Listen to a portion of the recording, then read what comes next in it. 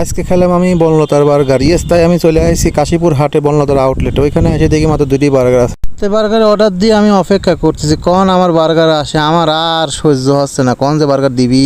रुको जरा सबर करो बोला धक्का मुक्की नहीं करने का आराम से लेने का हाँ তা আমার অর্ডার কিন্তু বার্গারটা আমাকে দিয়ে গেল। আমি বার্গারটা নিয়ে খুলে দেখলাম মোটামুটি মেয়োনিজ আছে, তবে আগের মতো আর মেয়োনিজ দেয় না। তারপরও যা দেশে ভালোই আছে। বার্গারের উপর সস লাগানে যেই না আমি কামড়টা দিলাম অমনি মনে করেন যে কি আর কব।